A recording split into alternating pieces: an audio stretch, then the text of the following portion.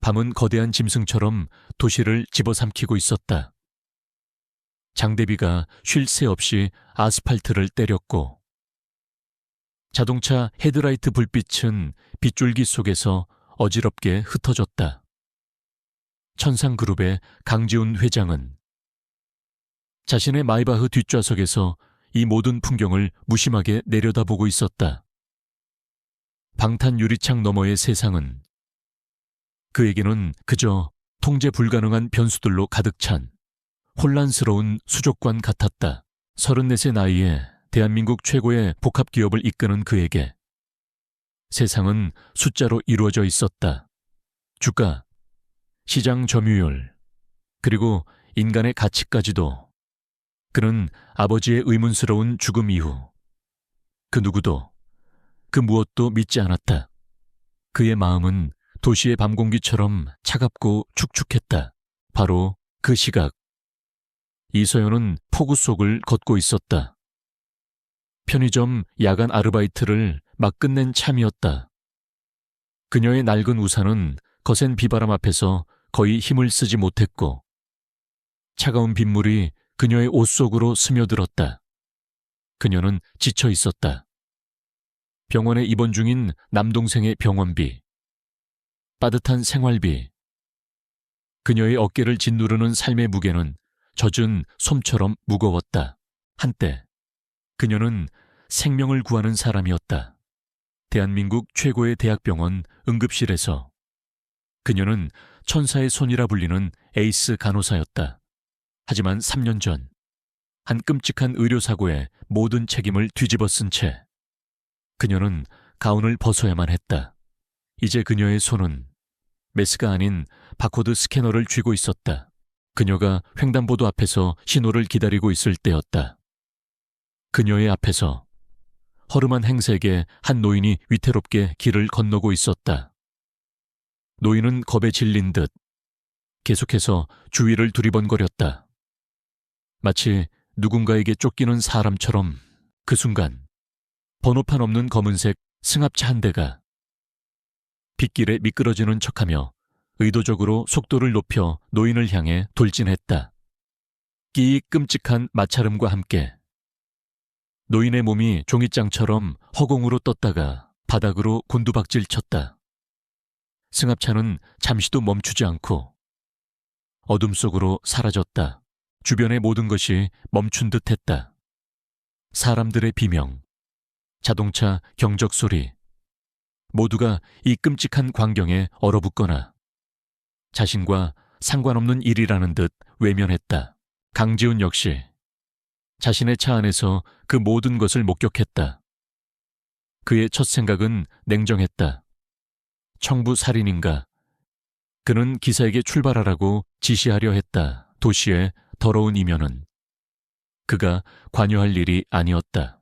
하지만 그때 그의 시선을 사로잡는 것이 있었다. 한 여자가 도망치는 군중을 거슬러 쓰러진 노인을 향해 달려가고 있었다. 바로 이서연이었다. 그녀는 들고 있던 우산과 가방을 내던졌다. 쏟아지는 비에 온몸이 흠뻑 젖었지만 그녀는 아랑곳하지 않았다.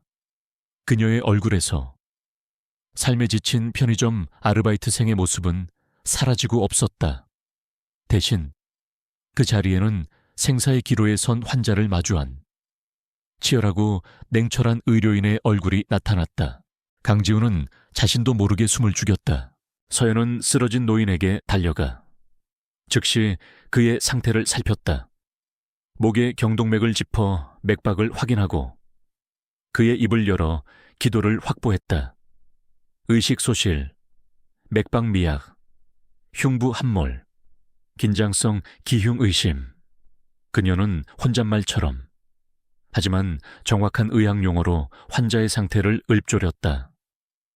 노인의 한쪽 가슴은 전혀 부풀어 오르지 않은 채 숨을 쉴 때마다 거품 섞인 피를 토해내고 있었다. 폐가 찔려 흉곽 안으로 공기가 차오르고 있었다. 이대로라면 몇 분 안에 심장이 압박되어 사망할 터였다. 그녀는 주위를 둘러보았다. 구급차가 오기를 기다릴 시간은 없었다. 그녀에게는 지금 당장 환자의 가슴에 구멍을 뚫어 공기를 빼낼 도구가 필요했다. 그녀는 벌떡 일어나 옆에 있는 편의점으로 뛰어 들어갔다. 그리고 진열대에서 가장 굵은 버블티용 플라스틱 빨대와 과도 하나를 집어 들었다. 그녀는 계산대에 지폐 몇 장을 던져놓고 다시 빗속으로 뛰쳐나왔다. 그녀가 하려는 행동을 지켜보던 사람들 중 아무도 이해하지 못했다.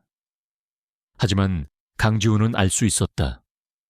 그는 지금 한 인간이 다른 인간을 살리기 위해 벌이는 가장 필사적이고 위대한 싸움을 목격하고 있었다.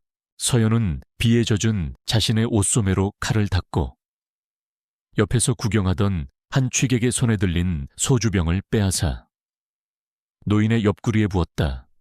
거친 소독이었다. 그리고 그녀는 망설임 없이 노인의 늑골 사이 폐와 심장을 비껴갈 수 있는 정확한 위치를 찾아 칼끝으로 작은 절개를 가했다. 그리고 그 상처 속으로 플라스틱 빨대를 깊숙이 꽂아 넣었다. 피취익 하는 소리와 함께 노인의 흉곽을 압박하던 공기가 빨대를 통해 빠져나오기 시작했다. 함몰되었던 노인의 가슴이 아주 조금씩 다시 부풀어 오르기 시작했다. 노인이 거친 기침과 함께 드디어 제대로 된 숨을 내쉬었다. 서연은 그제야 안도의 한숨을 내쉬며 비에 젖은 아스팔트 바닥에 주저앉았다. 그녀의 온몸은 빗물과 땀, 그리고 낯선 노인의 피로 뒤범벅이 되어 있었다. 강지훈은 유리창 너머의 그 광경에서 눈을 뗄 수 없었다. 그는 평생 계산된 행동과 이익을 위한 관계만을 봐왔다. 하지만 저 여자는 달랐다. 아무런 대가도, 아무런 이익도 없이 오직 한 생명을 구하기 위해 자신의 모든 것을 내던졌다. 폭우 속에서 피에 젖은 채 숨을 몰아쉬는 그녀의 모습은 그가 평생 보아온 그 어떤 예술작품이나 보석보다도 처절하게 아름다웠다. 그의 얼어붙었던 심장에 아주 작지만 뜨거운 파문이 일었다. 생전 처음 느껴보는 종류의 감정이었다. 저 여자는 누구지? 마침내 구급차가 도착했다. 서연은 자신이 한 응급처치와 환자의 상태에 대해 응급구조사에게 전문적이고 간결하게 상황을 인계했다. 그리고 구급대원들이나 경찰이 그녀의 이름이나 신분을 물어볼 틈도 주지 않은 채 그녀는 바닥에 떨어져 있던 자신의 가방을 들고 다시 어둠 속으로, 빗속으로 조용히 사라졌다. 강지훈은 그녀의 뒷모습이 완전히 사라질 때까지 넋을 잃고 바라보았다. 그는 운전기사에게 평생 처음으로 다급한 목소리로 명령했다. 따라가, 아니, 찾아. 무슨 수를 써서라도 저 여자를 찾아. 저 여자에 대한 모든 것을 알아내. 그의 결심 가득한 시선은 그녀가 사라진 비오는 거리의 한 지점에 오랫동안 머물러 있었다. 차가 제자리를 찾자마자 강지훈은 그의 충직한 비서 최민호 실장에게 전화를 걸었다. 그의 목소리에는 평소에 찾아볼 수 없었던 잘 제어된 흥분과 다급함이 묻어 있었다. 최 실장, 방금 전 청담 사거리에서 있었던 뺑소니 사고 봤나? 네. 회장님, 실시간으로 보고받고 있었습니다. 경찰과 구급차가 막 도착했습니다. 피해자가 아니야. 그를 구한 여자. 20대 후반으로 보이고 검은색 점퍼 차림. 비에 흠뻑 젖어 있었어. 그녀가 누구인지 알아내. 24시간 주지. 그룹의 모든 자원을 동원해. 최 실장은 잠시 당황했다. 인수합병이나 주가 방어 같은 거대한 지시가 아닌 일가의 시민을 찾으라는 명령은 처음이었다. 하지만 그는 주인의 의도를 묻지 않았다. 알겠습니다. 회장님, 그 순간부터 천상그룹에 보이지 않는 거대한 정보망이 움직이기 시작했다. 그룹의 데이터 분석팀은 사고 현장 주변의 모든 CCTV와 차량 블랙박스 영상을 수집했다. 하지만 거센 비와 어두운 밤은 세상에서 가장 발전된 안면 인식 기술조차 무력하게 만들었다. 영상 속 그녀의 모습은 마치 의도적으로 자신을 가리는 유령처럼 언제나 희미하고 불분명했다. 현장에 파견된 조사팀 역시 허탕을 쳤다. 목격자들은 모두 끔찍했던 사고와 피를 흘리며 쓰러진 노인에 대해서만 기억할 뿐. 그를 구한 여인에 대해서는 천사 같았다는 모호한 진술만 반복했다. 그녀는 이름도 얼굴도 남기지 않은 채 홀연히 나타났다가 연기처럼 사라졌다. 강지훈은 자신의 집무실에서 실시간으로 올라오는 보고를 받으며 초조함을 느꼈다. 돈과 기술로 세상 모든 것을 가질 수 있다고 믿었던 그가 처음으로 무력감을 맛보고 있었다. 그녀는 그의 레이더망을 완벽하게 벗어난 유일한 존재였다. 그 실패감은 오히려 그녀를 찾고 말겠다는 그의 집념을 더욱 불태웠다. 같은 시각 이서연은 자신의 낡고 축축한 반지하 방으로 돌아와 있었다. 그녀는 젖은 옷을 벗어 던지고 뜨거운 물로 오랫동안 샤워를 했다. 낯선 노인의 피와 끈적하게 달라붙는 그날 밤의 기억을 씻어내려는 듯이. 하지만 소용없었다. 그녀의 머릿속에서는 3년 전 응급실의 풍경과 오늘 밤의 사고 현장이 계속해서 겹쳐 보였다. 그녀는 작은 방 한쪽에 마련된 간이 침대에서 잠든 남동생 준호의 곁으로 다가갔다. 준호는 만성 신부전증을 앓고 있었다. 일주일에 3번씩 받아야 하는 혈액투석과 값비싼 약값은 그녀가 세계의 아르바이트를 하며 버텨야 하는 이유였다. 그녀는 잠든 동생의 뺨을 부드럽게 쓸었다. 이 아이를 위해서라면 그녀는 어떤 지옥이라도 견딜 수 있었다. 그녀는 자신이 대한민국 최고의 재벌 총수가 벌이는 거대한 수색작전의 주인공이 되었다는 사실을 꿈에도 알지 못했다. 한편 천상그룹의 자회사인 천상 메디컬 센터 VIP 병동은 삼엄한 경비 속에 외부와 완전히 차단되어 있었다. 한태석 이사는 깊은 우려가 담긴 얼굴로 담당 의사에게서 김 노인의 상태를 보고받고 있었다. 기적입니다. 현장에서 누군가 아주 전문적인 응급처치를 한 덕분에 목숨을 건졌습니다. 조금만 늦었더라면. 한태석의 눈썹이 미세하게 꿈틀거렸다.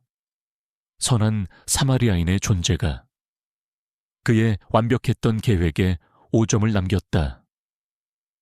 다행이군. 그가 인자한 목소리로 말했다. 이 불행한 노인을 위해 우리 그룹이 모든 지원을 아끼지 않겠다고 회장님께 보고하게. 최선을 다해 치료해주게. 하지만 병원 장실에서 그의 얼굴은 완전히 다른 모습으로 변했다. 환자를 12층 보안 병동으로 옮기게 그가 병원장에게 명령했다. 내가 허락하기 전까지 경찰을 포함한 그 어떤 외부인의 접촉도 금지야. 환자의 상태는 불안정해야만 하네. 무슨 말인지 알겠나? 자네 병원에 들어가는 우리 그룹의 연간 지원금 액수를 생각해서 잘 판단하게. 병원장은 암묵적인 협박의 의미를 즉시 알아차리고 식은땀을 흘리며 고개를 끄덕였다. 그는 김 노인이 경찰이나 강지훈과 접촉하기 전에 자연스러운 합병증으로 조용히 사라지기를 바라고 있었다. 강지훈은 자신의 사무실에서 이 모든 상황을 실시간으로 보고받고 있었다. 회장님, 이상합니다. 최민호 실장이 보고했다.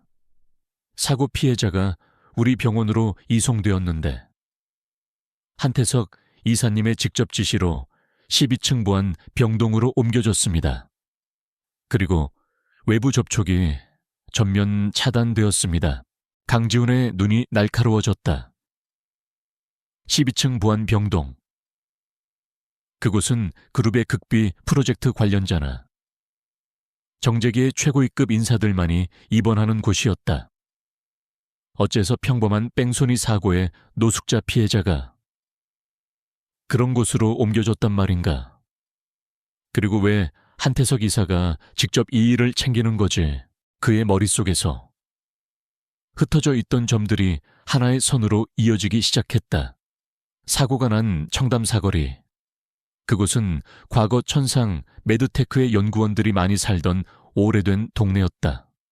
설마 그는 자신의 집념이 이제 두 개의 목표를 향해야 한다는 것을 깨달았다. 하나는 반드시 찾아야만 하는 천사. 다른 하나는 반드시 파괴해야만 하는 악마, 최민호 실장. 그의 목소리는 위험할 정도로 조용했다. 지금부터 한태석 이사의 지난 48시간을 샅샅이 뒤져 누구와 통화했고 누구를 만났는지 전부, 그리고 그 여자를 찾는 수색팀을 2배로 늘려 이름 없는 구원자. 그녀가 이 모든 일의 유일한 열쇠일지도 모르니 보이지 않는 전쟁의 서막이 그렇게 올랐다. 그는 아직 알지 못했다. 자신이 찾으려는 그 천사가 자신이 파괴하려는 그 악마와 이미 지독한 악연으로 얽혀 있었다는 사실을. 강지훈의 수색은 난관에 부딪혔다. 그의 팀은 서울 시내의 모든 CCTV와 통신 기록을 샅샅이 뒤졌지만 그녀는 말 그대로 유령이었다. 그녀가 사용한 휴대폰은 대포폰이었고 그녀가 일했다던 식당과 편의점은 전부 단기 아르바이트라. 아무도 그녀의 진짜 이름이나 거주지를 알지 못했다. 그녀는 마치 세상에 자신의 흔적을 남기지 않으려는 사람처럼 조용히 살고 사라졌다. 좌절감이 그의 사무실을 짓누르고 있을 때 강지훈은 발상을 전환했다. 유령을 쫓는 건 그만둬. 그가 최민호 실장에게 명령했다. 유령이 구해낸 남자를 지켜 김노인에게 접근하거나 그의 상태를 문의하는 모든 사람을 감시해 그녀가 나타날 때까지. 그 남자가 우리의 미끼다. 한편 서연은 그날 밤의 일을 잊을 수가 없었다. 그녀는 자신이 구한 노인이 무사한지 제대로 치료는 받고 있는지 걱정이 되었다. 응급구조사로서의 직업적 책임감과 한 인간으로서의 도덕적 의무감이 그녀를 그냥 내버려 두지 않았다. 그녀는 식당 휴게실에서 공중전화를 이용해 천상 메디컬 센터에 전화를 걸었다. 이틀 전 밤에 청담 사거리 뺑소니 사고로 실려간 할아버지 환자분 상태 좀 여쭤보려고요. 수화기 너머의 원무과 직원은 감정 없는 목소리로 대답했다. 죄송하지만 그런 환자는 저희 병원에 입원한 기록이 없습니다. 명백한 거짓말이었다.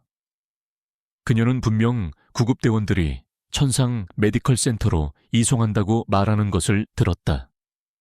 대한민국 최고의 병원이 응급 환자의 기록을 누락할 리는 없었다.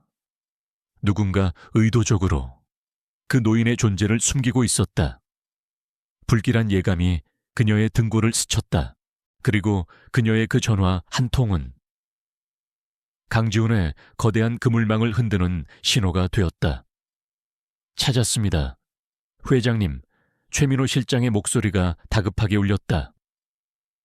방금 공중전화로 김노인의 상태를 문의한 여성이 있었습니다. 전화가 걸려온 위치는 신림동의 한 작은 투석 전문 병원 근처입니다. 강지훈은 즉시 자리에서 일어났다. 그는 이번에는 직접 움직이기로 했다. 그는 수십억 원짜리 맞춤 정장 대신 눈에 띄지 않는 평범하지만 고급스러운 캐시미어, 스웨터와 면바지 차림으로 병원을 찾았다. 그는 병원의 혈액 투석실, 유리창 너머로 마침내 그녀를 다시 발견했다. 그녀는 더 이상 빗속의 천사가 아니었다. 지친 얼굴로 병상에 누워있는 창백한 소년의 손을 꼭 잡고 있는 평범한 여자일 뿐이었다. 그녀는 동생에게 다정한 목소리로 책을 읽어주고 있었다. 가끔 동생이 기침을 할 때마다 그녀의 어깨는 미세하게 떨렸다. 그 모습에서 강지훈은 그녀가 짊어지고 있는 삶의 무게와 그 무게를 기꺼이 감당하게 하는 깊은 사랑을 보았다. 그는 멀리서 그녀가 의사와 상담하는 모습을 지켜보았다. 의사는 동생의 상태가 악화되어 더 비싸고 좋은 신약 치료가 필요하다고 말하는 듯했다. 유아는 굳은 얼굴로 고개를 끄덕였지만 그녀의 눈빛은 절망으로 흔들리고 있었다. 그녀가 낡은 봉투에서 꼬깃꼬깃한 현금을 꺼내 수납하는 모습을 보며 강지훈은 가슴 한구석이 아려오는 것을 느꼈다. 그의 세상에는 돈 때문에 목숨을 걱정하는 사람은 없었다. 그의 세상에서 돈은 사람을 죽이거나 살리는 무기이자 권력이었을 뿐, 이토록 절박한 생존의 도구가 아니었다. 그는 그녀의 세계와 자신의 세계 사이에 놓인 아득한 거리감을 실감했다. 그는 직접 다가가는 대신 계획을 세웠다. 그녀의 자존심을 상하게 하지 않으면서 그녀를 자신의 세계로, 자신의 보호 아래로 데려올 계획. 유아가 무거운 발걸음으로 병원을 나설 때 강지훈이 그녀의 앞을 막아섰다. 그는 부유한 가문의 개인 비서처럼 보이도록 정중하고 예의 바른 태도를 유지했다. 실례합니다. 잠시 시간 괜찮으십니까? 유아는 경계심 가득한 눈으로 그를 보았다. 누구시죠? 갑작스럽게 죄송합니다. 저는 한 어르신을 모시는 사람입니다. 그가 준비한 거짓말을 시작했다. 제가 모시는 분께서 최근 큰 수술을 받고 회복 중이십니다. 그런데 병원을 극도로 불신하셔서 집에서 돌봐드릴 개인 간병인을 찾고 있습니다. 그는 유아를 훑어보며 말을 이었다. 단순한 간호사가 아니라 의학적 지식이 있으면서도 마음이 따뜻하고 신뢰할 수 있는 분을 원하십니다. 방금 전 환자를 대하는 당신의 모습을 우연히 보게 되었습니다. 당신 같은 분이라면 저희 회장님께서도 마음을 여실 것 같아서요. 유아는 의심을 거두지 않았다. 세상에 이런 우연은 없었다. 왜 저죠? 세상에는 저보다 유능한 간호사들이 많을 텐데요. 저희 회장님께서는 사람을 고르는 기준이 독특하십니다. 진우가 그럴듯하게 둘러댔다. 스펙보다는 사람의 눈빛과 진심을 믿으시는 분이죠. 제 직감이 당신이 바로 그분이라고 말하고 있습니다. 그는 마지막 카드를 꺼냈다. 물론 업계 최고의 대우를 해드릴 겁니다. 지금 받으시는 것에 10배, 아니 20배를 드릴 수 있습니다. 동생분의 치료비 전액을 지원해 드리는 것도 가능하고요. 그의 마지막 말에 유아의 눈빛이 흔들렸다. 동생의 치료비, 그것은 그녀의 유일한 약점이었다. 그녀는 이 제안이 너무나 비현실적이고 위험하다는 것을 알았지만 동생을 살릴 수 있다는 희망 앞에서 그녀의 이성은 힘을 잃고 있었다. 바로 그때 그녀의 휴대폰이 울렸다. 병원에서 보낸 다음 주부터 투여해야 할 신약의 비용 안내 문자였다. 그녀가 평생을 벌어도 감당할 수 없을 만큼 터무니없는 액수였다. 그것이 결정타였다. 그녀는 절망적인 현실과 눈앞에 수상하지만 달콤한 제안 사이에서 선택을 해야만 했다. 제가 뭘 하면 되죠? 그녀의 목소리는 항복 선언과도 같았다. 강지훈은 그녀가 보지 못하도록 희미한 승리의 미소를 지었다. 우선 제가 모시는 분을 만나 뵙고 최종 결정을 하시면 됩니다. 그는 그녀를 자신의 차로 안내했다. 유아는 망설이다가 결국 차에 올라탔다. 그녀는 알지 못했다. 자신이 지금 올라탄 것이 단순한 최고급 세단이 아니라 그녀의 남은 인생을 송두리째 바꿔놓을 거대한 운명의 수레바퀴라는 것을 천사가 스스로 왕의 세장 속으로 걸어 들어오는 순간이었다. 강지훈이 운전하는 차는 서유아가 살던 세상과는 다른 길을 향해 달리고 있었다. 좁고 복잡한 골목길과 낡고 오래된 건물들이 사라지고 그 자리에는 거대한 유리와 강철로 이루어진 빌딩들과 잘 가꿔진 가로수들이 끝없이 펼쳐졌다. 그녀는 마치 투명한 벽을 통과해 완전히 다른 차원의 세계로 들어가는 듯한 기묘한 감각에 휩싸였다. 차가 멈춰 선 곳은 서울에서 가장 높고 가장 비싼 주상복합 타워의 지하 주차장이었다. 생체 인식 스캔을 거쳐야만 들어올 수 있는 철저하게 외부와 격리된 공간이었다. 그들은 다른 층을 서지 않고 꼭대기층으로 직행하는 전용 엘리베이터에 올라탔다. 엘리베이터 문이 열리는 순간 서연은 숨을 멈췄다. 그녀의 눈앞에 펼쳐진 것은 집이 아니었다. 그것은 하늘 그 자체를 거실로 삼은 듯한 거대하고 압도적인 공간이었다. 3개 층을 터서 만든 펜트하우스는 사방이 통유리창으로 되어 있어 서울의 모든 풍경이 발 아래의 파노라마처럼 펼쳐져 있었다. 미니멀리즘의 극치를 보여주는 인테리어는 최고급 자재로 이루어져 있었지만 이상하게도 사람 사는 온기는 전혀 느껴지지 않았다. 모든 것이 너무나 완벽해서 오히려 비현실적인 차가운 박물관 같았다. 환자분은 어디에 계신가요? 그녀의 목소리가 이 거대한 공간 속에서 작게 흩어졌다. 그때 그녀를 이곳으로 데려온 남자가 강지훈이 천천히 그녀를 돌아보았다. 그는 입고 있던 부드러운 스웨터를 벗었다. 그 안에는 한치의 구김도 없는 최고급 와이셔츠가 그의 단단한 몸을 드러내고 있었다. 그의 자세가 변했다. 부드럽고 정중했던 비서의 모습은 사라지고 그의 몸에서는 세상을 호령하는 지배자의 날카롭고 차가운 아우라가 뿜어져 나왔다. 아픈 숙부는 없소. 그의 목소리 역시 변해 있었다. 그녀가 뉴스에서 듣던 그 감정 없는 CEO의 목소리였다. 환자는 나였고, 그리고 당신이 할 일은 내 곁에 머무는 거요. 서연은 그제야 모든 것을 깨달았다. 이 남자가 그 비 오는 밤에 강지훈 회장이었다는 것을, 그리고 자신이 그의 정교하게 짜인 연극에 완전히 속아 넘어갔다는 것을. 거짓말. 그녀의 얼굴에서 핏기가 가셨다. 분노와 몸 열감이 그녀의 온몸을 덮쳤다. 어떻게 사람의 절박한 마음을 가지고 그런 장난을 칠 수가 있어요. 장난이 아니요. 그는 그녀의 분노를 정면으로 받아냈다. 그는 벽의 버튼을 눌렀다. 거실의 한쪽 벽면 전체가 거대한 스크린으로 변했다. 그리고 그 화면에는 지난 며칠간 그녀의 모습이 담긴 고화질의 감시 사진들이 떠올랐다.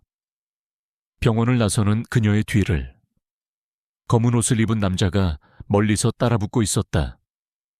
그녀의 반지하 집 건너편 차 안에서 누군가 망원 렌즈로 그녀의 집을 감시하고 있었다. 이게 당신이 처한 현실이야. 진우가 차갑게 말했다. 그날 밤 당신이 구한 남자는 우리 회사의 전직 연구원이었어. 그리고 그를 친 자들은 그가 입을 여는 것을 막으려던 자들이지. 당신이 그를 구하는 바람에 당신은 이제 그들의 새로운 표적이 되었어. 그는 그녀에게 새로운 계약 조건을 제시했다. 그것은 계약이 아닌 통보였다. 당신은 이제부터 이 집에서 살게 될 거요, 세상에는. 내 개인 간병인으로 알려지겠지. 당신이 원하는 모든 것을 제공하겠소. 돈, 옷, 음식. 하지만 내 허락 없이는 단 한 발짝도 이 집 밖으로 나갈 수 없소. 그녀의 동생, 준호의 병원비. 그는 이미 그룹 산하의 복지재단을 통해 준호가 완치될 때까지의 모든 치료비를 지원하도록 조치해 놓았다. 그녀는 이제 돈을 벌기 위해 새벽부터 밤까지 일할 필요가 없었다. 대신 그녀는 모든 자유를 빼앗겼다. 황금 세 장. 그것은 그녀의 새로운 현실이었다. 당신을 증오해요. 그녀가 증오에 찬 눈으로 그를 보며 말했다. 그는 그녀의 시선을 피했다. 알고 있어. 그의 목소리가 아주 잠시 힘을 잃고 흔들렸다. 내가 당신을 속인 것 사과하지. 하지만 그날 밤 내가 본 것은 진짜였어. 당신의 용기, 당신의 선의 그것은 진짜였어. 나는 나의 세상의 더러운 싸움 때문에 당신 같은 사람이 다치는 것을 그냥 보고만 있을 수는 없었어. 이건 내가 누군가를 지키기 위해 아는 유일한 방법이니까. 그의 목소리에 담긴 희미한 진심. 그것은 그녀가 그에게서 등을 돌리지 못하게 만드는 유일한 족쇄였다. 그녀는 그 역시 자신의 방식으로 싸우고 있다는 것을 어렴풋이 느낄 수 있었다. 그의 눈빛 뒤에 숨겨진 깊은 고독과 상처를 그날부터 그녀의 새로운 삶이 시작되었다. 그녀는 거대한 펜트하우스의 게스트룸에서 잠을 잤고 세계 최고의 셰프가 차려주는 음식을 먹었다. 하지만 그녀는 단 한순간도 행복하지 않았다. 그녀는 고용주의자, 보호자이며 동시에 자신을 가둔 감시자인 한 남자와 보이지 않는 유리벽을 사이에 둔 채 숨막히는 동거를 시작했다. 그들의 사이에는 불신과 원망, 그리고 기묘하게 뒤섞인 운명의 끝만이 팽팽하게 감돌고 있었다. 황금 세 장 속에서의 삶은 고요한 질식과도 같았다. 서연은 거대한 펜트하우스 안에서 유령처럼 살았다. 저택의 사용인들은 그녀를 그림자처럼 대했다. 정중했지만 그 어떤 인간적인 교류도 없었다. 강지훈은 회사 일로 대부분의 시간을 밖에서 보냈고 집에 돌아올 때면 두 사람 사이에는 무거운 침묵만이 흘렀다. 그녀는 자신이 보호받고 있는 동시에 감시당하고 있다는 것을 알았다. 그녀의 모든 움직임은 집안 곳곳에 설치된 CCTV에 기록되었고 그녀의 모든 필요는 비서를 통해 전달되었다. 그녀는 남동생 준호와 매일 영상통화를 하는 것으로 간신히 버텨냈다. 안전하지만 영혼이 없는 삶이었다. 행동하고 문제를 해결하는 데 익숙했던 그녀는 이 무력한 상태를 견딜 수가 없었다. 그녀의 날카로운 정신은 갇힌 맹수처럼 탈출구를 찾아 헤맸다. 그녀는 강지훈이 제공한 디지털 라이브러리의 방대한 정보 속으로 파고들기 시작했다. 그것은 그녀가 자신의 정신을 날카롭게 유지하기 위한 유일한 방법이었다. 한편 한태석 이사는 격노하고 있었다. 김노인을 처리하려던 그의 계획은 이름 모를 여자 하나의 방해로 실패로 돌아갔다. 설상가상으로 강지훈은 김노인을 천상 메디컬 센터의 보안 병동으로 옮겨 자신의 직접적인 통제에 두었다. 접근조차 불가능했다. 그 여자, 한태석이 자신의 부하에게 말했다. 강지훈이 자신의 펜트하우스로 직접 들였다는 그 여자부터 알아내. 편집증 환자 같은 그 녀석이 아무 이유 없이 정체불명의 여자를 자신의 심장부에 들였을 리가 없어. 그 여자가 모든 일의 열쇠다. 그의 비밀 조사팀이 움직이기 시작했다. 그들의 목표는 단 하나. 사고가 있었던 그날 밤 혜성처럼 나타났다가 사라진 선한 사마리아인의 정체를 밝혀내는 것이었다. 펜트하우스의 도서관. 서연은 처음에는 소설과 시를 읽으며 시간을 보냈다. 하지만 그녀의 관심은 곧 자신을 이 기묘한 운명으로 이끈 천상그룹이라는 거대한 제국으로 향했다. 그녀는 기업의 역사, 성장 과정, 그리고 주요 사업 분야에 대한 자료들을 닥치는 대로 읽어 내려갔다. 그러다 그녀의 시선이 그룹의 핵심 자회사인 천상 메드테크의 과거 기사들에서 멈췄다. 그녀는 3년 전에 한 작은 기사를 발견했다. 의료사고, 신기술 시험 중 환자 사망. 담당 간호사의 과실로 밝혀져 기사는 천상 메드테크가 개발한 신형 자동 제세동기 임상 시험 중 환자가 사망한 사건에 대해 다루고 있었다. 병원 측은 담당 간호사가 기기를 부적절하게 사용하여 사고가 발생했다고 발표했고, 해당 간호사는 모든 책임을 지고 해고된 후 의료계에서 영구 퇴출되었다는 내용이었다. 기사에는 간호사의 실명이 거론되지 않았다. 하지만 서연은 그 기사에서 눈을 뗄 수가 없었다. 그녀 역시 비슷한 방식으로 모든 것을 잃었기 때문이었다. 거대한 병원과 기업의 시스템 앞에서 한 개인의 진실이 얼마나 쉽게 짓밟힐 수 있는지를 그녀는 뼈저리게 알고 있었다. 그녀는 자신도 모르게 기사 속 이름 없는 간호사에게 깊은 동질감과 연민을 느꼈다. 바로 그 시각, 한태석의 사무실. 그의 조사팀이 마침내 결정적인 단서를 찾아냈다. 그들은 사고 현장 근처 상점에 저화질 CCTV 영상에서 아주 희미하게 찍힌 서연의 얼굴을 확보했다. 그리고 수십만 건의 데이터를 대조한 끝에 마침내 하나의 파일과 일치하는 것을 찾아냈다. 찾았습니다. 이사님, 부하가 보고했다.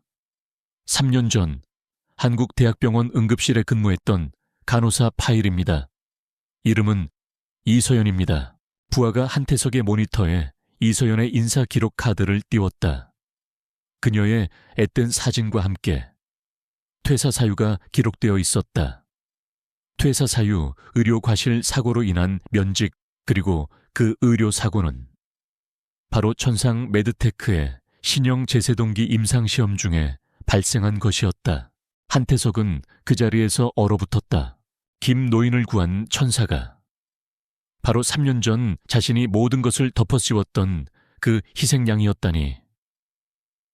그는 당시 사건의 진실을 알고 있는 유일한 사람이었다. 제세동기에는 치명적인 소프트웨어 결함이 있었다. 하지만 그는 출시를 서두르기 위해 그 사실을 은폐하고 모든 책임을 젊은 간호사에게 떠넘겼다. 그의 머릿속에서 모든 조각이 맞춰졌다. 서연이 강지훈의 곁에 있는 것은 결코 우연이 아니었다. 그것은 3년의 세월을 거슬러 자신의 목을 조르기 위해 돌아온 과거의 망령이었다. 강지훈이 모든 것을 알고 의도적으로 그녀를 자신의 곁에 둔 것일까, 아니면 이것은 그저 운명의 지독한 장난일까? 어느 쪽이든 그녀는 이제 그에게 가장 위험한 존재가 되었다. 유령이 나를 잡으러 돌아왔군. 그가 나지막이 중얼거렸다. 그의 얼굴에 처음으로 조소가 아닌 차가운 위기감이 서렸다. 그는 처음에는 그녀를 귀찮은 변수 정도로 생각했다. 하지만 이제 그녀는 반드시 제거해야 할 최우선 목표가 되었다. 그는 자신의 권력과 네트워크를 총동원하여 3년 전의 사건을 다시 수면 위로 끌어올리기로 결심했다. 그녀를 유능한 간호사가 아닌 환자를 죽인 무능하고 위험한 여자로 만들어 강지훈의 신뢰를 완전히 박살내버릴 계획이었다. 같은 시각 펜트하우스의 서연은 여전히 3년 전에 그 낡은 기사를 보고 있었다. 그녀는 왜인지 모르게 이 사건에 마음이 끌렸다. 어쩌면 이 이름 없는 간호사의 억울함을 풀어줄 수 있는 단서를 찾을 수 있을지도 모른다는 막연한 사명감 같은 것이었다. 그녀는 이 작은 실마리가 결국 자신과 강지훈 그리고 한태석을 잇는 거대한 운명의 끈이라는 사실을 아직 알지 못했다. 악당과 여주인공 두 사람 모두 서로 다른 길을 통해 같은 과거의 진실을 향해 다가가고 있었다. 벽 속의 속삭임처럼 과거의 망령이 그들 모두에게 말을 걸어오기 시작했다. 한태석의 방역은 그가 가장 잘하는 방식으로 이루어졌다. 바로 언론을 이용한 더럽고 비열한 여론전이었다. 그는 자신이 돈으로 길들인 타블로이드 기자에게 3년 전 이서연의 의료사고 기록을 넘겼다. 물론 교묘하게 조작되고 과장된 내용이었다. 다음 날 아침 대한민국은 한 스캔들로 발칵 뒤집혔다. 단독 천상그룹 강지훈 회장의 비밀의 여자. 알고 보니 3년 전 환자 사망 사건의 주범 살인 간호사. 기사는 자극적인 헤드라인과 함께 서연의 과거를 난도질했다.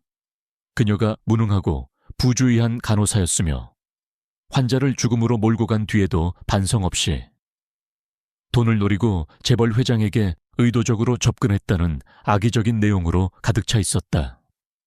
그녀의 사진과 심지어 동생이 입원한 병원 정보까지 공개되었다. 인터넷은 순식간에 지옥으로 변했다.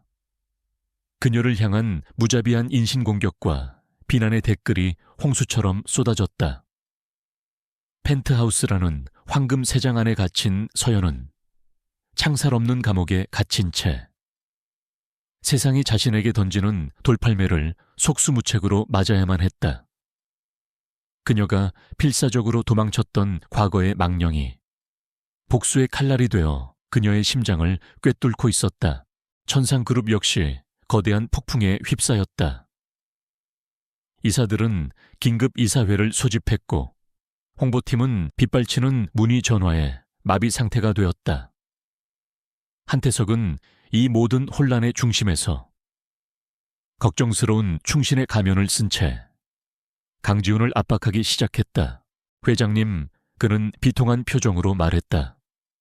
회장님의 명예와 우리 그룹의 이미지를 위해서라도 결단을 내리셔야 합니다. 저 여자를 당장 내보내고 공식적으로 사과하여 이 스캔들과의 관계를 끊어내야 합니다. 과거의 기록이 저토록 명백하지 않습니까? 다른 이사들 역시 그의 말에 동조했다. 그들에게 서연은 그룹 전체를 위협하는 위험한 바이러스일 뿐이었다. 그날 저녁 강지훈이 펜트하우스로 돌아왔을 때 그는 자신의 인생에서 가장 어려운 선택의 기로에 서 있었다. 이성적으로는 한태석의 말이 옳았다. 그녀를 내치는 것이 회사를 위한 가장 합리적이고 효율적인 방법이었다.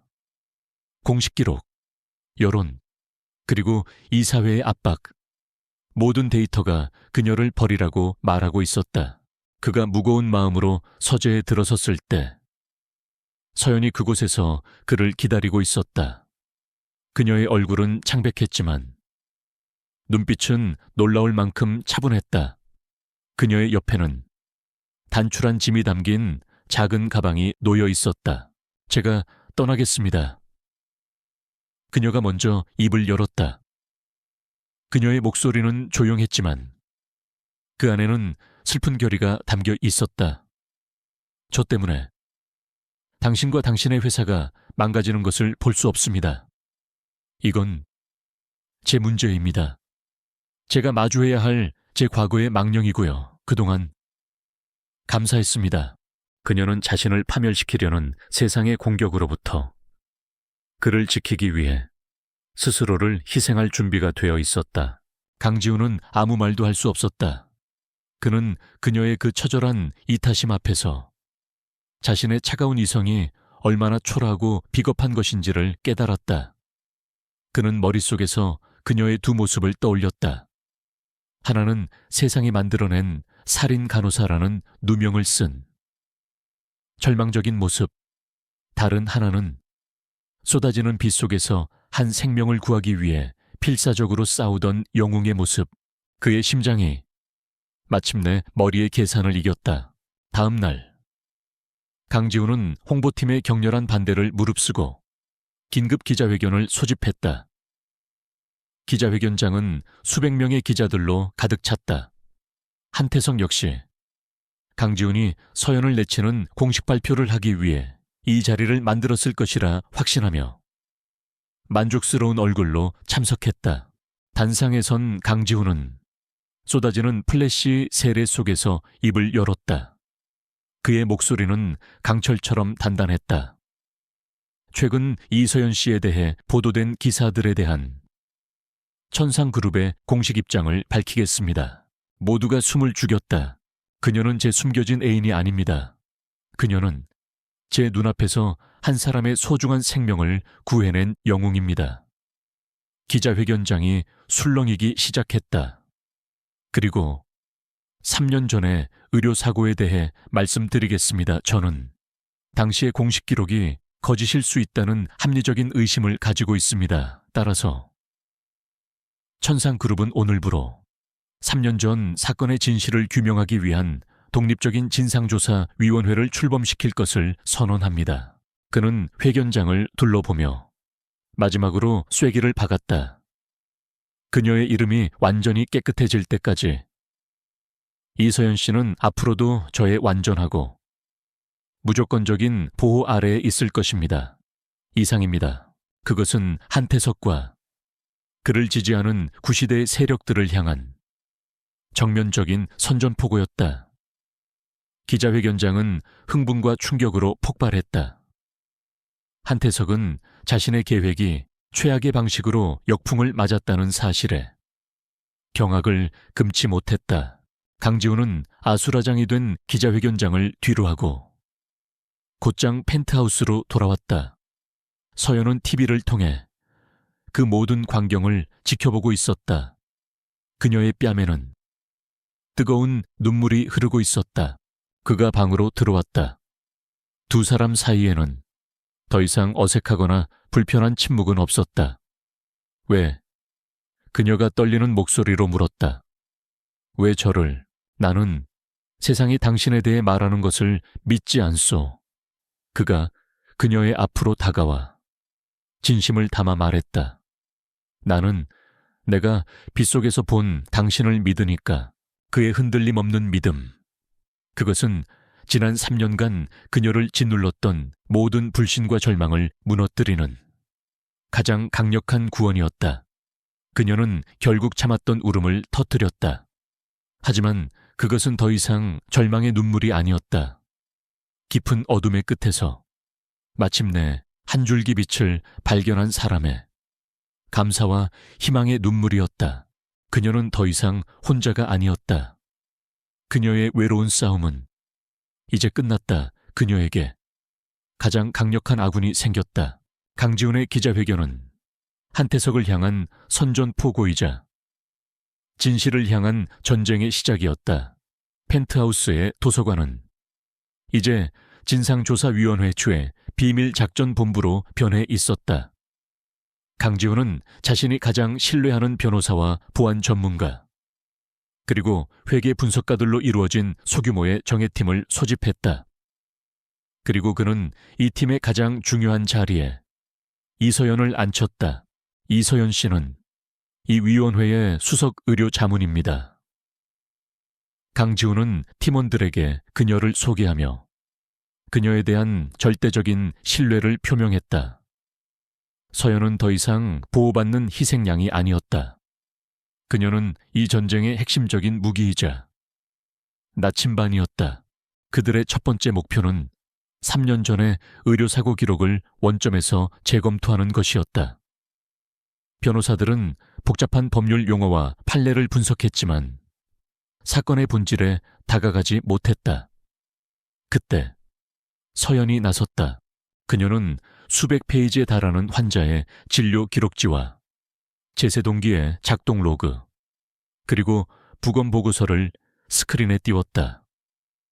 그녀는 응급실 간호사로서의 경험을 바탕으로 다른 전문가들이 보지 못했던 데이터의 행간을 읽어 내려갔다.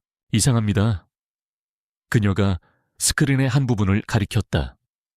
여기 20pc 14분 03초의 심전도 그래프를 봐주세요. 그리고 제세동기의 데이터 로그와 교차 분석해 보세요. 팀원들이 그녀의 말에 따라 데이터를 분석했다. 환자의 심장은 제세동기 충격 전이 아니라 충격 후에 심실세동 상태에 빠졌습니다. 이것은 기계가 환자를 살리지 못한 것이 아니라 오히려 기계가 환자를 죽였다는 뜻입니다. 그녀의 날카로운 지적에 회의실은 찬물을 끼얹은 듯 조용해졌다. 공식 보고서에 간호사 과실이라는 결론을 정면으로 뒤집는 폭탄 선언이었다. 그녀의 분석은 굳게 닫혀있던 진실의 문을 여는 열쇠가 되었다. 강지훈의 기술팀은 이 단서를 바탕으로 해당 제세동기 모델의 내부 설계도와 테스트 결과 보고서를 비밀리에 해킹했다. 그리고 그들은 찾아냈다. 보고서 덤이 가장 깊은 곳에 의도적으로 숨겨져 있던 한 젊은 엔지니어의 경고 보고서. 전력 조절 장치의 소프트웨어 결함으로 인해 치명적인 과전류가 발생할 수 있음. 그리고 그 보고서의 가장 밑에는 그 모든 경고를 묵살하고 프로젝트를 강행하라는 한태석 이사의 서명이 선명하게 남아 있었다. 찾았군. 강지훈이 차갑게 말했다.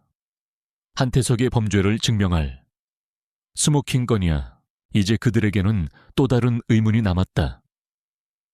그렇다면 이 모든 것이 김노인의 뺑소니 사고와는 무슨 관련이 있는가?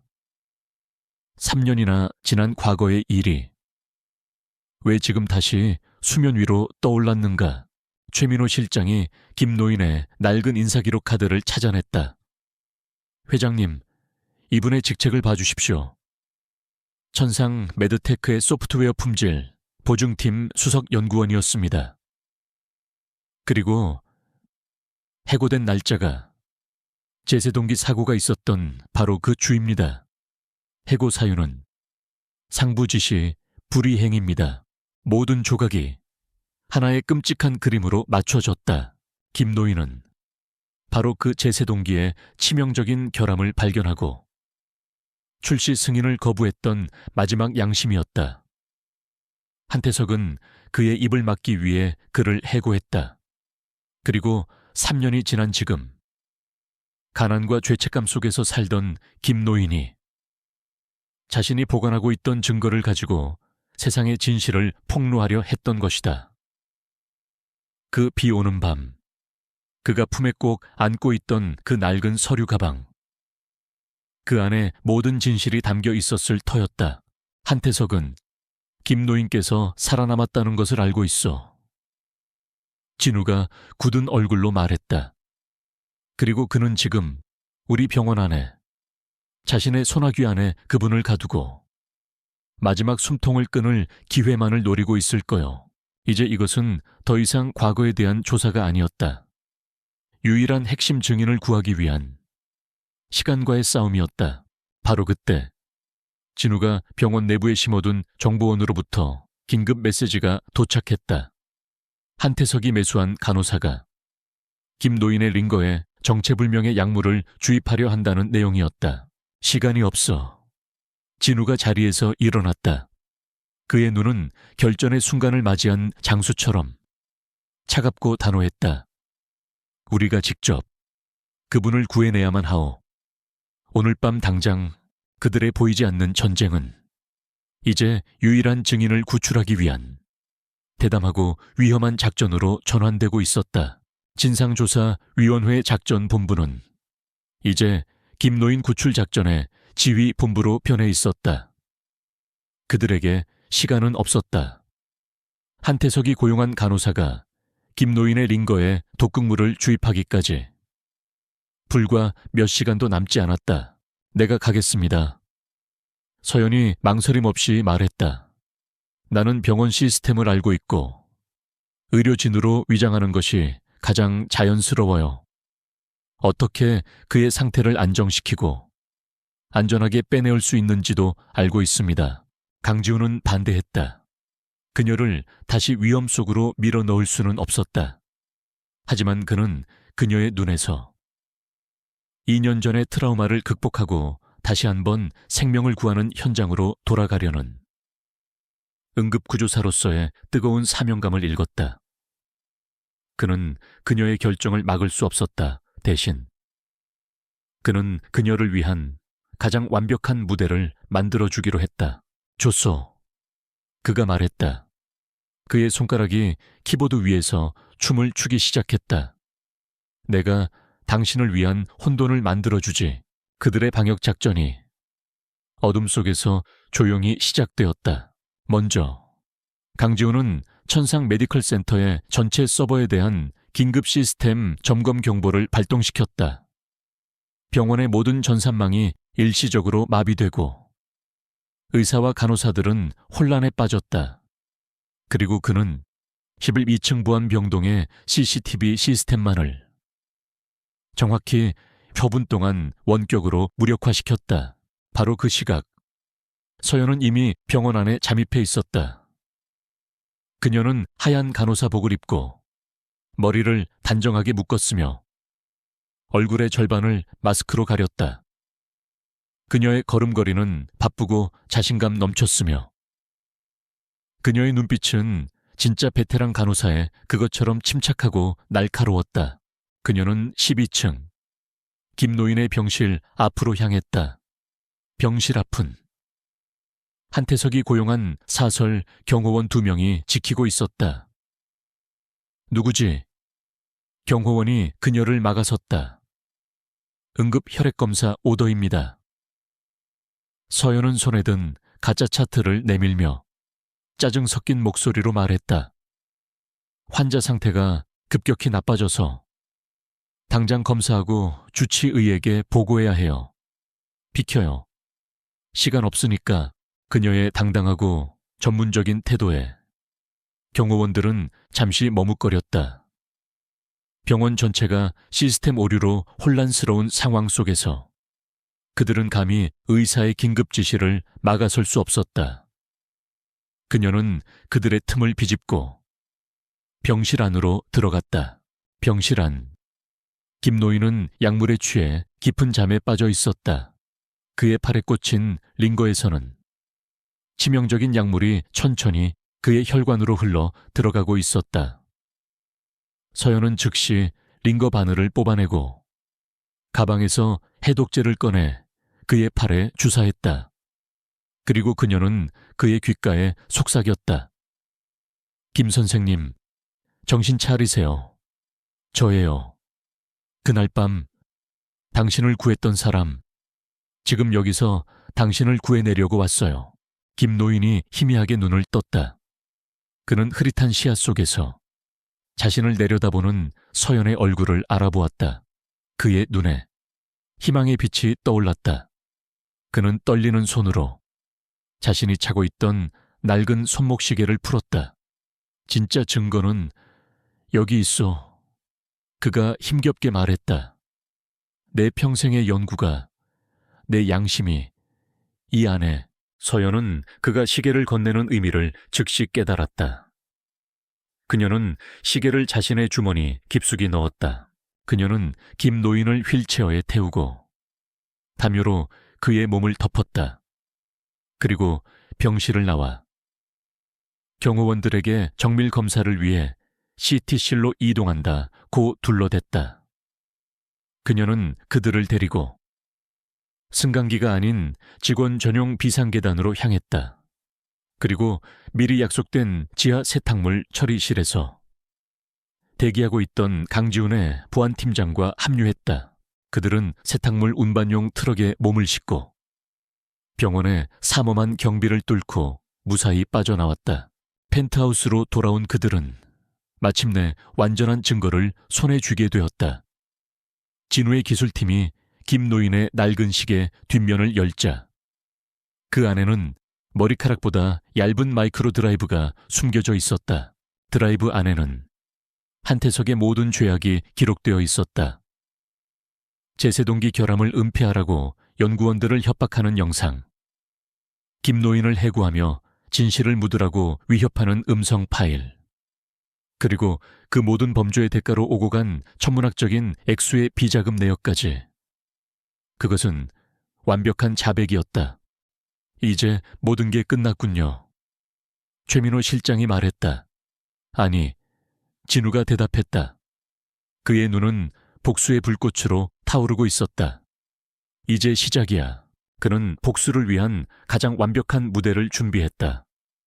3일 뒤에 열릴 천상그룹 주최의 국제의료기술 컨퍼런스. 전 세계의 의료계 거물들과 언론이 주목하는 그 자리에서 한태석은 기조 연설자로서 바로 그 문제의 제세동기의 차세대 버전을 발표할 예정이었다. 그는 자신의 가장 큰 성공의 무대에서 가장 비참한 파멸을 맞이하게 될 거요. 컨퍼런스를 앞둔 마지막 밤, 진상조사위원회 팀원들은 마지막 작전 회의를 하고 있었다.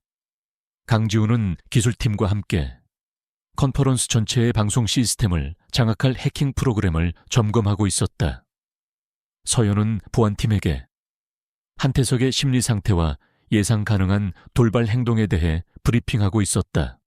그리고 한쪽에서는 건강을 회복한 김노인이 내일 있을 자신의 증언을 준비하고 있었다. 그들은 더 이상 외로운 싸움꾼들의 집단이 아니었다. 그들은 정의를 구현하기 위해 모인 작지만 강한 군대였다. 컨퍼런스 프로그램 책자의 표지에는 인자한 미소를 짓고 있는 한태석의 사진이 실려 있었다. 그의 기조연설 제목은 오류 없는 미래를 향하여였다. 그 지독한 아이러니가 곧 시작될 심판의 밤을 예고하고 있었다. 국제의료기술 컨퍼런스가 열리는 컨벤션 센터는 전 세계에서 모인 의사, 연구원, 그리고 투자자들의 열기로 가득 차 있었다. 오늘의 주인공은 단연 천상그룹과 그룹의 차세대 기술 개발을 이끄는 한태석 이사였다. 그는 무대 뒤에서 자신감 넘치는 미소로 연설문을 마지막으로 점검하고 있었다. 오늘 이 자리에서 그는 문제의 제세동기의 완벽하게 개선된 버전인 피닉스 취업령을 발표하고 거대한 해외 투자 계약을 성사시켜 그룹 내에서 자신의 입지를 반석 위에 올려놓을 계획이었다. 강지훈과 이서연은 평범한 참석객처럼 위장한 채 객석의 가장 뒷자리에 앉아 있었다. 준비됐소? 진우가 나지막이 물었다. 3년 내내 오늘만을 기다려왔어요. 서연이 대답했다. 그녀의 목소리는 차분했지만 그 안에는 뜨거운 불꽃이 타오르고 있었다. 마침내 행사의 하이라이트인 한태석의 기조연설이 시작되었다. 그는 유창하고 카리스마 넘치는 연설로 청중을 사로잡았다. 그는 인류의 생명을 구원하는 기술의 숭고함에 대해 역설했고 천상그룹이 그 사명을 어떻게 이끌어왔는지를 자랑스럽게 설명했다. 그리고 마침내 그의 뒤에 있는 거대한 스크린에 화려한 홍보 영상과 함께 피닉스 2.0의 모습이 드러났다. 객석에서는 박수갈채가 터져 나왔다. 이제 미래를 직접 확인하실 시간입니다. 한태석이 팔을 뻗어 스크린을 가리키며 외쳤다. 그가 재생 버튼을 누르도록 신호를 보내는 순간이었다. 연회장의 모든 조명이 꺼졌다. 하지만 그가 예상했던 화려한 홍보 영상 대신 스크린은 잠시 암전되었다가 섬뜩한 정적과 함께 다시 켜졌다. 화면에는 붉은색 글씨로 된 제목 하나가 떠 있었다. 고발천상, 매드테크의 감춰진 진실. 한태석의 얼굴이 굳어졌다. 연회장이 술렁이기 시작했다. 강지훈의 팀이 컨퍼런스의 모든 방송 시스템을 완벽하게 장악한 것이었다. 무대 위에 조명이 다시 켜졌지만 그것은 한태석이 아닌 객석에서 조용히 일어선 강지훈을 비추고 있었다. 그가 마이크를 들고 입을 열었다. 미래를 논하기 전에 우리는 먼저 과거의 망령을 심판해야만 합니다. 그의 말이 끝나자 스크린에서는 충격적인 증거들이 한 편의 다큐멘터리처럼 상영되기 시작했다. 첫 번째, 제세 동기의 치명적인 결함. 화면에는 3년 전 젊은 엔지니어가 제출했던 경고 보고서와 조작된 테스트 데이터, 그리고 과전류가 환자의 심장을 어떻게 파괴하는지를 보여주는 컴퓨터 시뮬레이션 영상이 생생하게 재생되었다. 객석에 앉아있던 의료 전문가들 사이에서 경악의 탄성이 터져나왔다. 두 번째, 은폐된 진실. 화면에는 김노인의 영상 증언이 나타났다. 그는 초췌하지만 단호한 목소리로 자신이 어떻게 그 결함을 발견했고 한태석이 어떻게 자신을 협박하고 해고하여 진실을 덮었는지를 상세하게 증언했다. 세 번째, 살인 미수.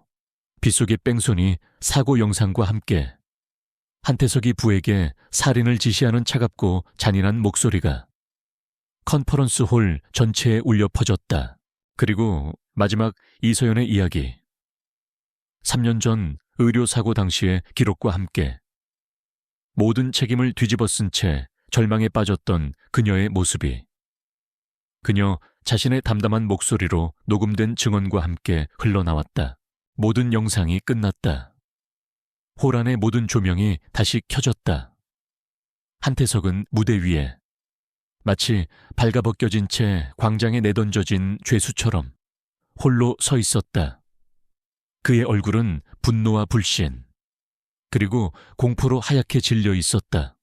수백 대의 카메라 플래시가 그의 비참한 모습을 담기 위해 미친 듯이 터져 나왔다. 그는 자신이 완벽하게 패배했다는 것을 깨달았다. 이성을 잃은 그는 마지막 발악을 했다. 그는 재킷 안주머니에 숨겨두었던 작은 만년필 칼을 꺼내 들고 무대 아래로 뛰어내렸다. 이 모든 일의 시작점. 이서연을 향해서 내년 때문이야. 너만 없었으면. 하지만 그의 광기는 그녀에게 닿지 못했다. 그의 움직임을 이미 예측하고 있던 서연이 그의 앞으로 재빨리 움직여 옆에 있던 무거운 방송 케이블 박스를 그의 발 앞으로 걷어찼다. 달려오던 기세에 발이 걸린 한태석은 그대로 균형을 잃고 바닥으로 고꾸라졌다. 그 순간 컨퍼런스 직원으로 위장하고 있던 강지훈의 보안팀 요원들이 벌떼처럼 그를 덮쳐 단숨에 그를 제압했다. 모든 것은 순식간에 일어났다. 밖에서 대기하고 있던 경찰들이 컨퍼런스 홀 안으로 들이닥쳤다. 그들은 발버둥 치는 한태석에게 수갑을 채웠다. 강지훈, 이대로 안 끝나 내가 너를. 그의 저주 섞인 외침은 닫히는 문 너머로 허무하게 사라졌다. 모든 것이 끝났다. 심판이 내려졌다. 강지훈은 혼란에 휩싸인 군중을 가로질러 조용히 서 있는 서연의 곁으로 걸어갔다. 그는 아무 말 없이 수많은 카메라 앞에서 그녀의 손을 잡았다. 그들의 맞잡은 두 손은 한 시대의 악인이 몰락하고 상처 입은 두 영혼이 마침내 함께 승리했음을 알리는 그 어떤 말보다도 분명한 선언이었다. 심판의 밤이 지나고 폭풍우가 휩쓸고 간 도시에는 새로운 아침이 밝아왔다. 천상 게이트 스캔들은 대한민국을 뒤흔들었지만 그 혼돈의 끝에서 세상은 추악한 진실과 함께 한 줄기 희망을 발견했다. 한태석과 그의 공범들은 법의 엄중한 심판을 받았다. 살인 미수, 의료법 위반, 증거 은폐, 주가 조작. 그의 죄는 끝이 없었고 결국 그는 남은 인생을 차가운 감옥에서 보내게 되었다. 천상그룹의 주가는 잠시 폭락했지만 강지훈의 투명하고 결단력 있는 후속 조치에 시장의 신뢰는 곧 회복되었고 이전보다 더욱 견고한 기업으로 거듭났다. 무엇보다 이서연의 잃어버렸던 명예가 마침내 제자리를 찾았다. 천상그룹과 한국대학병원은 공식적으로 3년 전 의료사고가 그녀의 과실이 아닌 결함 있는 의료기기 때문에 발생했음을 인정하고 그녀에게 공식적으로 사과했다. 언론은 그녀를 거대한 음모에 맞서 싸운 영웅이자 빛속의 천사로 칭송했다. 그녀가 근무했던 병원에서는 파격적인 조건과 함께 그녀에게 복직을 제안했다. 단순한 간호사가 아닌 병원 응급 대응 교육 시스템 전체를 책임지는 수석팀장 자리였다. 그것은 그녀의 실력과 명예가 완벽하게 회복되었음을 의미하는 최고의 영예였다. 모든 싸움이 끝나고 세상이 제자리를 찾아갔을 때 강지훈과 이서연은 비로소 온전한 두 사람으로서 마주할 시간을 갖게 되었다. 그는 그녀를 그의 가족 별장이 있는 조용한 바닷가로 데려갔다. 그들은 아무 말 없이 파도 소리를 들으며 해변을 걸었다. 더 이상 CEO와 간병인도 보호자와 피보호자도 아니었다. 함께 전쟁을 치른 동지이자 서로의 상처를 보듬어준 연인이었다. 미안했소. 서연 씨. 진우가 먼저 침묵을 깼다. 당신을 속였던 것, 당신을 내 세상에 가두었던 것, 그 모든 것에 대해 아니에요. 서연이 그를 돌아보며 부드럽게 미소 지었다. 당신은 나를 구해줬어요. 세상의 비난 속에서 내 이름을 되찾아 주었잖아요. 그들은 지난 몇 달간의 시간들을 이야기했다. 서로의 상처와 두려움, 그리고 그 속에서 싹텄던 믿음과 희망에 대해 모든 오해와 원망이 파도 소리에 씻겨 내려가고 그 자리에는 서로에 대한 깊은 이해와 애정만이 남았다. 이제 뭘 할 생각이요? 진우가 조심스럽게 물었다. 병원에서는 당신이 돌아오기만을 기다리고 있어. 서연은 잠시 바다를 바라보았다. 그녀의 눈빛은 그 어느 때보다도 맑고 단단했다. 돌아가지 않을 거예요. 그녀가 말했다. 저는 지난 몇 년간 사고 현장에서 한 사람 한 사람의 몸을 고치는 일을 했어요. 하지만 이제는 그런 비극이 다시는 일어나지 않도록 이 부서진 시스템 자체를 고치는 일을 하고 싶어요. 그녀는 자신의 꿈을 이야기했다. 거대한 병원이나 기업의 이익 논리 앞에서 힘없는 환자들이 억울한 일을 당하지 않도록 그들의 편에 서서 싸워주는 환자권익 보호재단을 만들고 싶다는 꿈이었다. 진우는 그녀의 말에 깊은 감동을 받았다. 그는 그녀의 선한 영향력이 자신과 자신의 기업이 나아가야 할 새로운 방향을 제시해주고 있다는 것을 깨달았다. 훌륭한 생각이요. 그가 말했다. 그의 얼굴에 존경심이 떠올랐다. 하지만 혼자서는 힘들 거요. 자금도, 법률적인 지원도 필요하겠지. 그리고 당신과 함께 그 꿈을 이끌어갈 공동 설립자도. 그는 그녀의 앞에 섰다. 그리고 그녀의 손을 잡았다. 나와 함께 합시다. 당신의 재단. 우리가 함께 만들어 갑시다. 당신의 선한 의지와 나의 힘을 합쳐서. 그것은 단순한 사업 제안이 아니었다. 함께 같은 미래를 만들어 가자는 그의 가장 진심 어린 고백이자 청혼이었다. 1년 후 서울의 중심계 서연과 김해 의료정의 재단의 개소식이 열렸다. 재단의 이름은 이 모든 이야기의 시작이었던 두 사람, 이서연과 김노인의 이름을 딴 것이었다. 재단은 문을 열자마자 의료소송으로 고통받는 수많은 사람들의 희망이 되었다. 개소식이 끝나고 재단 건물의 옥상 정원, 강지훈과 이서연이 도시의 야경을 내려다보고 있었다. 그들의 곁에는 이제 건강을 완전히 회복한 서연의 동생 준호가 밝게 웃고 있었다. 행복하오. 진우가 그녀의 어깨를 감싸 안으며 물었다. 서연은 건강해진 동생과 자신의 새로운 꿈이 담긴 재단 건물, 그리고 마지막으로 자신의 곁에 있는 남자를 차례로 돌아보았다.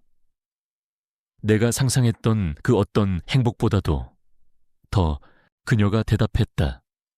진우는 그녀의 이마에 부드럽게 입을 맞췄다. 차가운 불신으로 가득 찼던 CEO는 이제 세상을 따뜻하게 만드는 리더가 되었다. 과거에 트라우마에 갇혀 살던 간호사는 이제 다른 사람들의 상처를 치유하는 희망의 상징이 되었다. 모든 것이 시작되었던 그 비 오는 밤, 절망의 잿더미 속에서 한 줄기 빛과 같았던 그녀의 선행은 마침내 세상을 바꾸는 거대한 새벽을 열었다.